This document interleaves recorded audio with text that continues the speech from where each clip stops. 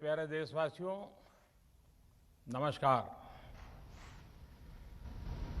Corona के खिलाफ देश आज फिर एक बहुत बड़ी लड़ाई लड़ रहा है।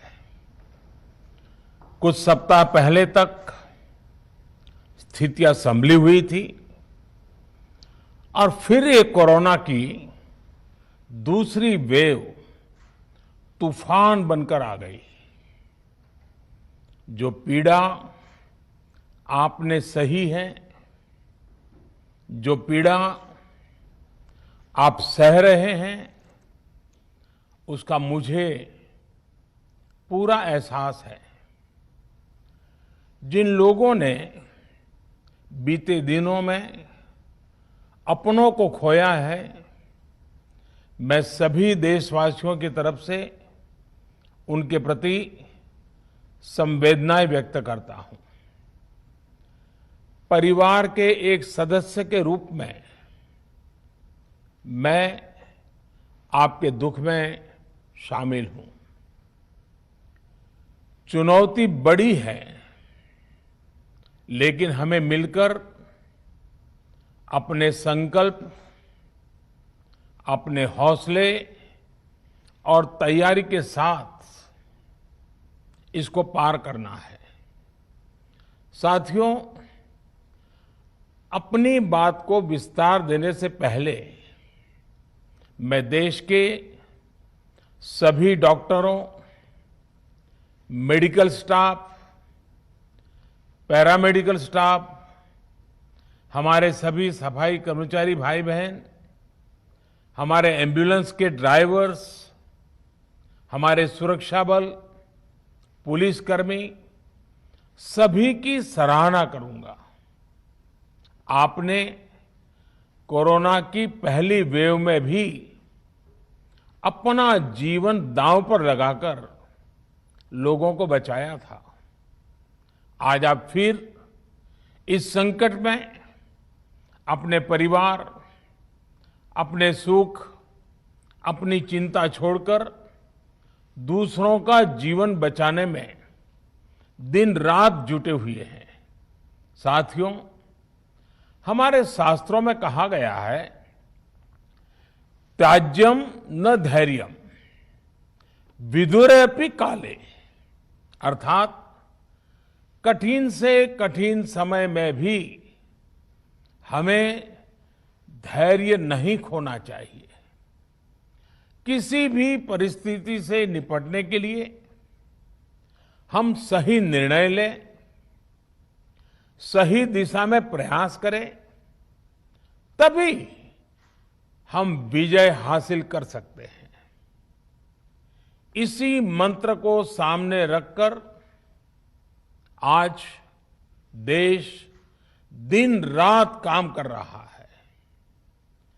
बीते कुछ दिनों में जो फैसले लिए गए हैं, जो कदम उठाए गए हैं, वो स्थिति को तेजी से सुधारेंगे। इस बार कोरोना संकट में देश के अनेक हिस्से में ऑक्सीजन की डिमांड बहुत ज्यादा बढ़ी है। इस विषय पर तेजी से और पूरी संवेदनशीलता के साथ काम किया जा रहा है। केंद्र सरकार, राज्य सरकारें, प्राइवेट सेक्टर, सभी की पूरी कोशिश है कि हर जरूरतमंद को ऑक्सीजन मिले।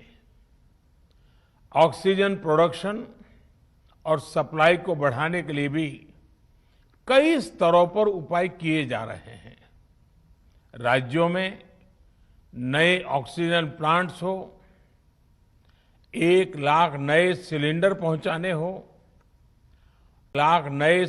पहुंचाने हो, औद्योगिक इकाइयों में इस्तेमाल हो रही ऑक्सीजन का मेडिकल इस्तेमाल हो, ऑक्सीजन रेल हो, हर प्रयास किया जा रहा है।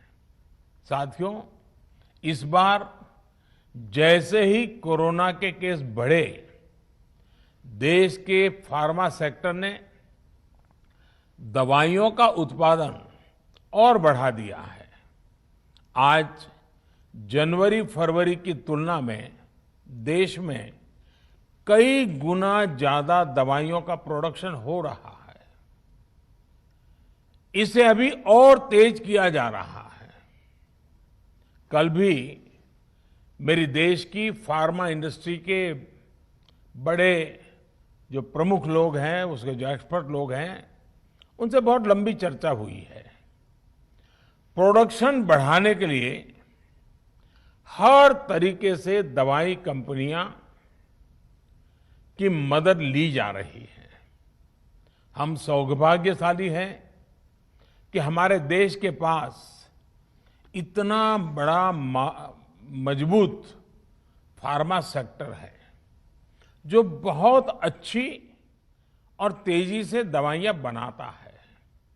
इसके साथ ही अस्पतालों में बेड की संख्या को बढ़ाने का भी काम तेजी से चल रहा है।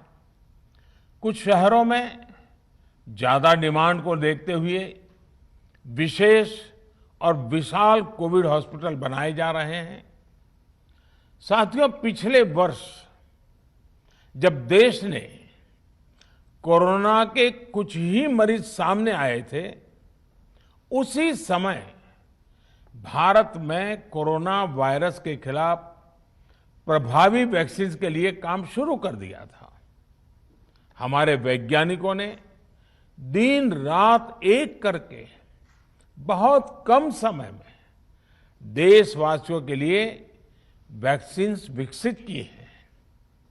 आज दुनिया की सबसे सस्ती वैक्सीन भारत में है। भारत की कोल्ड चेन व्यवस्था के अनुकूल वैक्सीन हमारे पास है।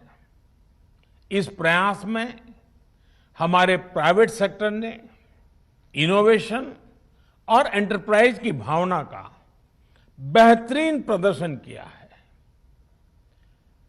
वैक्सीन्स की अप्रूवल्स और रेगुलेटरी प्रोसेसेस को फास्ट ट्रैक पर रखने के साथ ही सभी साइंटिफिक और रेगुलेटरी मदद को बढ़ाया गया है। यह एक टीम एफर्ट है जिसके कारण हमारा Bharat 2 made in India vaccine के साथ दुनिया का सबसे बड़ा टीकाकरण अभियान शुरू कर पाया। टीकाकरण के पहले चरण से ही गति के साथ ही इस बात पर जोर दिया गया कि ज्यादा से ज्यादा क्षेत्रों तक टीकाकरण के पहले चरण से ही गति के साथ ही इस बात पर जोर दिया गया कि ज्यादा से ज्यादा क्षेत्रों तक जरूरतमंद लोगों तक वैक्सीन पहुंचे। दुनिया में सबसे तेजी से भारत में पहले 10 करोड़, फिर 11 करोड़ और अब 12 करोड़ वैक्सीन डोज दिए गए हैं। आज कोरोना से इस लड़ाई में हमें हौसला मिलता है कि हमारे health care workers, frontline corona warriors और सीनियर सिटीजन्स के एक बड़े हिस्से को वैक्सीन का लाभ मिल चुका है। साथियों, कल ही वैक्सीन को लेकर हुए एक और अहम फैसला भी हमने किया है। 1 मई के बाद से 18 वर्ष के ऊपर के किसी भी व्यक्ति को वैक्सीनेट किया जा सकेगा। अब भारत में जो वैक्सीन बनेगी उसका आधा हिस्सा सीधे राज्यों और अस्पतालों को भी मिलेगा। इस बीच गरीबों, बुजुर्गों, निम्न मध्यम वर्ग के लोग 45 वर्ष की आयु के ऊपर के व्यक्तियों के लिए केंद्र सरकार का जो वैक्सीन कार्यक्रम चल रहा है वो भी उतनी ही तेजी से जारी रहेगा। पहले की तरह ही सरकारी अस्पतालों में मुफ्त वैक्सीन मिलती रहेगी, जिसका फायदा, जैसा मैंने कहा, हमारे गरीब परिवार हो, हमारे मध्यम वर्ग, निम्न मध्यम वर्ग के परिवार हो, वो उनका लाभ उठा सकेंगे। साथियों, हम सभी का प्रयास जीवन बचाने के लिए है, और जीवन बचाने के लिए तो है ही, प्रयास से भी ये है कि आर्थिक गतिविधियां और आजीविका कम से कम प्रभावित हो। प्रयास का तरीका यही रखा जाए। वैक्सीनेशन को 18 वर्ष की आयु के ऊपर के लोगों के लिए ओपन करने से शहरों में जो हमारे वर्कफोर्स है, उसे तेजी से वैक्सीन उपलब्ध होगी। राज्यों और केंद्र सरकार के प्रयासों से श्रमिकों को भी तेजी से वैक्सीन मिले लगेगी। मेरा राज्य प्रशासन से आग्रह है कि वो श्रमिकों का भरोसा जगाए रखे। उनसे आग्रह करें कि वो जहां है वहीं रहे। राज्यों द्वारा दिया गया ये भरोसा उनकी बहुत मदद करेगा कि वो जिस शहर में हैं, वहीं पर अगले कुछ दिनों में वैक्सीन भी लगेगी और उनका काम भी बंद नहीं होगा। कि वो जहां है वहीं रहे। राज्यों द्वारा दिया गया ये भरोसा उनकी बहुत मदद करेगा कि वो जिस शहर में हैं, वहीं पर अगले कुछ दिनों में वैक्सीन भी लगेगी और उनका काम भी बंद नहीं होगा। साथियों, पिछली बार जो परिस्थितियां थी, वो अभी से काफी भिन्न थी। तब हमारे पास इस वैश्विक महामारी से लड़ने के लिए कोरोना स्पेसिफिक मेडिकल इंफ्रास्ट्रक्चर नहीं था। आप याद करिए, देश की क्या स्थिति थी। कोरोना टेस्टिंग के लिए पर्याप्त लैब नहीं, पीपीई का कोई प्रोडक्शन नहीं, हमारे पास इस बीमारी के ट्रीटमेंट के लिए कोई खास जानकारी भी नहीं।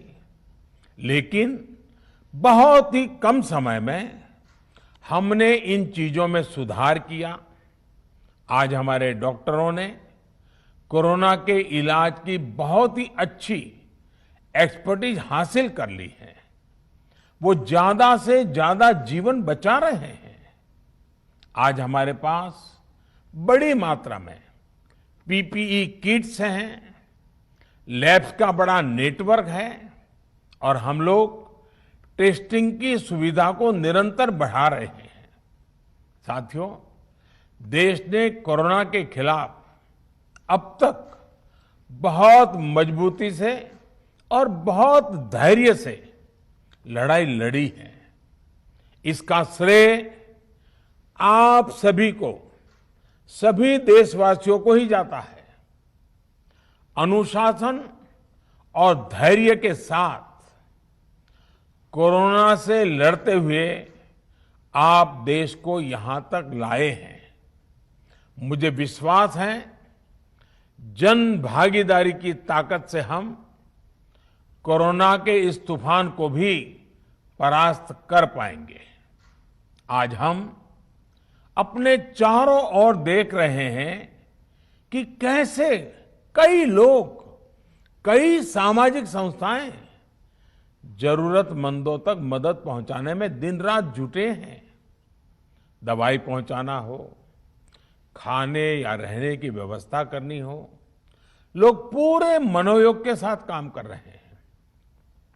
मैं इन सभी के सेवा भाव को आदरपूर्वक नमन करता हूं और देशवासियों से अपील करता हूं कि अधिक से अधिक मात्रा में इस संकट की घड़ी में देशवासी आगे आएं और जरूरतमंदों तक मदद पहुंचाएं। समाज के पुरुषार्थ और सेवा के संकल्प से ही हम ये लड़ाई जीत पाएंगे। मेरा युवा साथियों से अनुरोध है कि वो अपनी सोसाइटी में, मोहल्ले में, अपार्टमेंट्स में छोटी छोटी कमेटियां बनाकर कोविड अनुशासन पालन करवाने में मदद करें। हम ऐसा करेंगे तो सरकारों को न कभी कंटेनमेंट जोन लगाने की जरूरत पड़ेगी, न कर्फ्यू लगाने की जरूरत पड़ेगी, और लॉकडाउन का तो सवाल ही नहीं उठता है, आवश्यकता ही नहीं पड़ेगी। स्वच्छता अभियान के समय देश में जागरूकता फैलाने के लिए मेरे बाल मित्रों ने बहुत मदद की थी। छोटे छोटे बालक, 5वीं, 7वीं, 8वीं, 10वीं में पढ़ने वाले, उन्होंने घर के लोगों को समझाया था, मनाया था। उन्होंने बड़ों को भी स्वच्छता का संदेश दिया था। आज मैं फिर अपने बाल मित्रों से एक बात विशेष तौर पर कहना चाहता हूं। मेरे बाल मित्र, घर में ऐसा माहौल बनाइए कि बिना काम, बिना कारण घर के लोग घर से बाहर न निकले। मेरे बाल मित्र, घर में ऐसा माहौल बनाइए कि बिना काम, बिना कारण घर के लोग घर से बाहर न निकले। आपकी जीत बहुत बड़ा परिणाम ला सकती है। प्रचार माध्यमों से भी मेरी प्रार्थना है कि ऐसे संकट की घड़ी में वो लोगों को सतर्क और जागरूक करने के लिए जो प्रयास कर रहे हैं उसे और बढ़ाएं। इसके साथ ही इसके लिए भी काम करें कि डर का माहौल कम हो सके, लोग अफवाह और भ्रम में न आए। साथियों, आज की स्थिति में हमें देश को लॉकडाउन से बचाना है। मैं राज्यों से भी अनुरोध करूंगा कि वो लॉकडाउन को अंतिम विकल्प के रूप में ही इस्तेमाल करें। लॉकडाउन से बचने की भरपूर कोशिश करनी है और माइक्रो कंटेनमेंट जोन पर ही ध्यान केंद्रित करना है। हम अपनी अर्थव्यवस्था की सेहत भी सुधारेंगे और देशवासियों की सेहत का भी ध्यान रखेंगे। साथियों, आज नवरात्रि का आखिरी दिन है। कल रामनवमी है और मर्यादा पुरुषोत्तम श्री राम का हम सभी को यही संदेश है कि हम मर्यादाओं का पालन करें। कोरोना के इस संकट काल में कोरोना के बचने के जो भी उपाय है, कोरोना के बचने के जो भी उपाय है, कृपया करके उनका पालन 100% करिए। दवाई भी, कड़ाई भी, इस मंत्र को कभी भी भूलना नहीं है। ये मंत्र जरूरी है, वैक्सीन के बाद भी जरूरी है। रमजान के पवित्र महीने का भी आज 7वां दिन है। रमजान हमें धैर्य, आत्मसंयम और अनुशासन की सीख देता है। कोरोना के खिलाफ जंग जीतने के लिए अनुशासन भी, उसकी भी उतनी ही जरूरत है। जब जरूरी हो तभी बाहर निकले, कोविड अनुशासन का पूरा पालन करें। मेरा आप सभी से यही आग्रह है। मैं आपको फिर ये भरोसा देता हूं, आपके इस साहस, धैर्य और अनुशासन के साथ जुड़कर आज जो परिस्थितियां हैं उन्हें बदलने में देश कोई कोर कसर नहीं छोड़ेगा। आप सभी स्वस्थ रहें, आपका परिवार स्वस्थ रहें, इसी कामना के साथ मैं अपनी बात समाप्त करता हूं। आपका बहुत बहुत धन्यवाद।